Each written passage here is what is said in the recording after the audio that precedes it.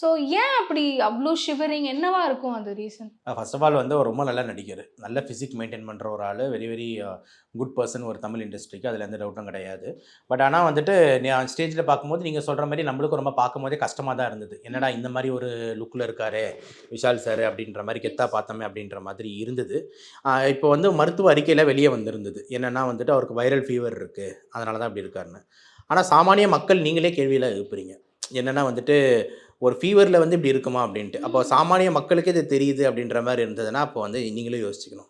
Okay, ஒரு fever இருந்ததுன்னா பேஷண்ட்டுக்கு என்ன இருக்கும்? ஜுரம் அடிக்கும், படுத்துக்கிட்டு இருப்பாங்க. ஓகேங்களா? ஒரு குளிர் நடுக்கம் மேக்ஸிமம் இருக்கும். அவ்வளோதான். ஆனால் இங்கே அவருக்கு வந்த சிம்ப்டம்ஸ் எல்லாம் கொஞ்சம் எக்ஸ்ட்ரீமாக தான் இருந்தது. ஓகேங்களா? அதாவது வாய் கொளறி கொளறி ஒரு மாதிரி பேசுறது, கோணி கோணி பேசுறது, கை நல்லாவே நடுக்கம் வந்து இருக்கிறது, நடக்க முடியல ரொம்ப தூரன்றது, கண்ணெலாம் ஊற்றிக்கிட்டே இருக்கிறது. இந்த மாதிரி இது எல்லாமே வந்து கொஞ்சம் ஒரு மாதிரி அதுமாதிரி ஒரு லுக்கே ஒரு மாதிரி டல் லுக் ஆகிடுது.